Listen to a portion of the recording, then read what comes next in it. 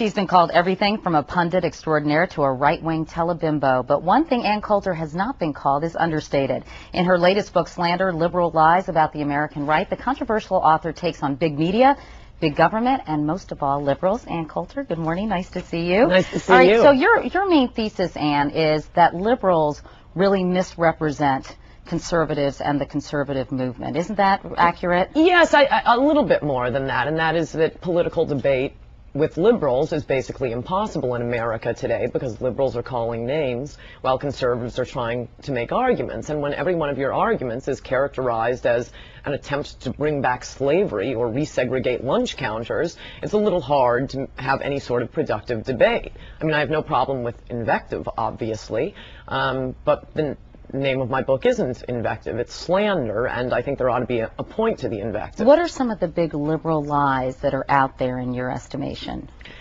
I don't rank them, but I'm not asking you to either. Just tell me what you think they are. I would say it's really all the same lie, which is conservatives are either stupid or scarily weird, and therefore you don't have to deal with their ideas. Just set them aside. This is a crazy person. It's a Nazi, someone who wants to engage in racism, sexism, homophobia. So don't listen to that person's ideas. Take a quote out of context and dismiss that idea. The idea that Ronald Reagan was stupid, which I document at great length in my book. I mean, that is a stunning, stunning fact. The man, the bumbling old guy who won the Cold War, the way he was demeaned and attacked as being stupid. Meanwhile, when he was going into his second term, suddenly there was a spate of special interest articles on senility and senility, growing senility, and how old Ronald and he got encroaching senility. Meanwhile, half of the Supreme Court justices were older than he was, and I didn't notice any of the liberal media asking that Justice Thurgood Marshall or Justice Brennan or Justice Blackmun resign, though they were deciding life and death issues from the Supreme Court. I think I do have to bring up a section of the book where you talk specifically about me, and this is not where you call me the Ava Braun of liberalism, which I'll ask you about. The affable. Oh, thanks. That makes me feel so much better. But you talk about the media bias against Ronald Reagan and use a quote and open from the Today Show where we say, an airhead, Ronald Reagan is an airhead, and we're quoting Edmund Morris. But frankly, in the book, you make it sound as if I was saying that rather than Edmund Morris. And I guess one of your problems is with even using that is that he said he was an apparent airhead, and we failed to say apparent airhead. And during the course of the interview with Edmund Morris, I really conducted an extremely challenging interview with him because he did eviscerate Ronald Reagan in his book. It was a very, very unflattering portrayal. The Reagans were very unhappy with it. Conservatives were very unhappy with it. Afterwards, Edmund Morris was unhappy with the interview, and Nancy Reagan called to thank me for my line of questioning. So I'm just wondering how that jives with your contention that somehow I'm a Ronald Reagan basher. Well, I didn't call you a Ronald Reagan basher, I said. Well, you used me as an example of liberal bias against Ronald Reagan, and I'm just curious why you took it so out of context. Well, I don't think I did. You're taking it out of context. No. What I said was, which is true, that the Today Show opened, I believe it was 3 days in a row, with the announcement, Ronald Reagan was an airhead. That's the conclusion of this new book by Edmund Morris. When Edmund Morris came on for that interview with you, he described that as a grossly unfair characterization of his point. And well, we should also point out his entire book was contradicting that. So when the author himself and George Bush, the vice president, was interviewed about this, all say that that was a grossly unfair characterization.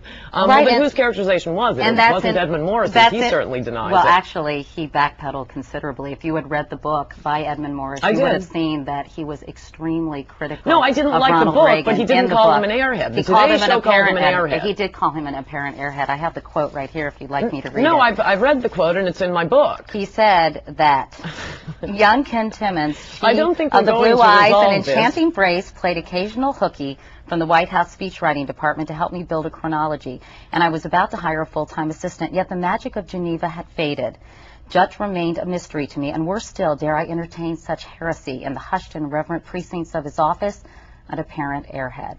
So these are Edmund Morris's words. But what was also in his words, though, when he came on your show, was that that was a grossly unfair characterization, and that was at the beginning of the book. He said he described him as an apparent airhead on a very first meeting, and that the entire course of the rest of his book was contradicting that. So for the Today Show to be opening 3 days in a row, Ronald Reagan was an airhead. It was I'm one sorry, day. That's dishonest. And also, just for your information, it was one day. No, you said it one day. Matt Lauer said it another day. No, it was just one day, and we'll get the transcripts for you. But anyway, he also said, Edmund Morris, beyond amazement, I was distressed by the relentless banality, not to say incoherence, of the president's replies and interviews. So he did make these, and he didn't really switch in the book, but we don't want to get too mired in this. Yes, by the way, my book is not only solely not about this quote, it is not solely about the Today Show. Well, let's move on then and talk about it. Let's just talk about the religious right. Actually, since I'm conducting this interview, one of the things you say is the religious right is misrepresented by the liberal media, that it isn't some organization that has club members, and that it's used too sort of freely by liberals in the media. What do you mean by that? Can you elaborate? Because I think that's an interesting point. It's more than that. The religious right is misrepresented. It's the idea that this is this Orwellian totemic symbol for people to hate. And when you try to figure out what the religious right is, it ultimately comes down either to one man, Pat Robertson, or anyone who believes in a higher being and wants his taxes cut. As the New York Times apparently describes the religious right. I mean, I've gone searching through transcripts and newspaper articles to figure out exactly what they're talking about. It seems to be anyone who wants his taxes cut and wants to eliminate the National Endowment of the Arts. Well, so you're either talking about, half of America or one man. And still, this is used as an example to frighten Americans.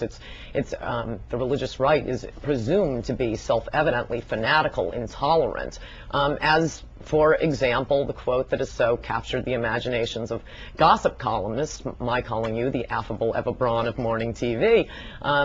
They can't put everything in context, but the context of that was a speech in which you blamed the dragging death of James Byrd on the intolerance created by evangelical Christians, which is just an astonishing statement. Actually, I didn't, but I'll have to get the exact transcript to quote quote, you. As luck would have it, all of these quotes are in my book. That is in the footnote, the full Okay, quotes. we'll look at that. But I think the real problem you had was with the Matthew Shepard interview. And again, I don't want to do a tit for tat here because there are a lot of broader issues in your book that I want to talk to you about. One is that you take Walter Cronkite to task for criticizing Jerry Falwell for the remarks he said after September 11th. You write about what Falwell said, saying Falwell, it seemed, had remarked that gay marriage and abortion on demand may not have warmed the heart of the Almighty. In fact, here is what Falwell actually said, something he incidentally later apologized for. He said, I really believe that the pagans and the abortionists and the feminists and the gays and the lesbians who are actively trying to make that an alternative lifestyle, the ACLU, People for the American Way, all of them who have tried to secularize America, I point the finger in their face and say, you helped make this happen. Do you agree with Jerry Falwell, and shouldn't you have focused perhaps some of your attention on those remarks rather than on Walter Cronkite's distaste for what Jerry Falwell said? Not after September 11th. I did find it quite astonishing that after September 11th, liberals seem to be in overdrive watching out for the statements of Christians. I mean, what Jerry Falwell said there, whether you agree with it or not, is really fairly standard Jerry Falwell Christian doctrine. Yes, he's against abortion. He's against homosexuality. But to blame them for the events of September 11th, you didn't find that a little disconcerting? No, what he said was that the Almighty has stopped protecting America because America was no longer asking for God's help. This is straight Christian doctrine, and even if it had been some sort of peculiar sect of Christianity, as opposed to straight Christian doctrine, I think it's a little bit peculiar that everyone was jumping on the statements of a Christian minister after thousands of Americans were slaughtered by Islamic fundamentalists. You were also fired, I guess, because you wrote in the National Review that we should, when it came to fighting terrorism, we should invade their countries, kill their leaders, and convert them to Christianity. Do you still believe that that's the best way to combat terrorism worldwide? Well, that's a somewhat dishonest quote. I was referring to the people in the previous sentence of that column cheering and dancing in the streets right now. And in fact, this the way that was so widely misquoted is an example of what I describe in my book, which is the constant mischaracterization, switching a small word, taking out the word apparent. It makes a big difference, and these subtle differences that are then glossed over as if there's absolutely no difference, to try to portray conservatives as crazy people, as Nazis, slave owners, sexist, homophobic. How about dealing with our ideas. I mean, I've written 2 books now. I've written hundreds of columns. I've been on TV hundreds of times.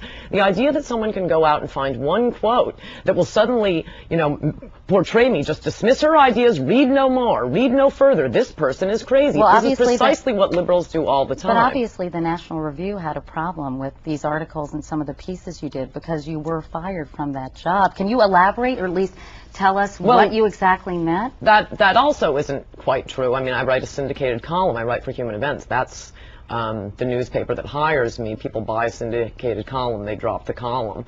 But a lot of people don't like me for a lot of different reasons, well, why don't you including explain what you meant that they're then? my competitors. What do you think is the best way to battle Well, terrorism? point one and point 2 by the end of the week had become official government policy. As for converting them to Christianity, I think it might be a good idea to get them on some sort of hobby other than slaughtering infidels. I mean, perhaps that's the Peace Corps, perhaps it's working for Planned Parenthood, but I've never seen the transforming effect of anything like Christianity. Well, Ann Coulter, it's always interesting to talk to you, to say the least. The book is called Slander, Liberal Lies About the American Right. Thanks so much for coming by this morning. Thank you.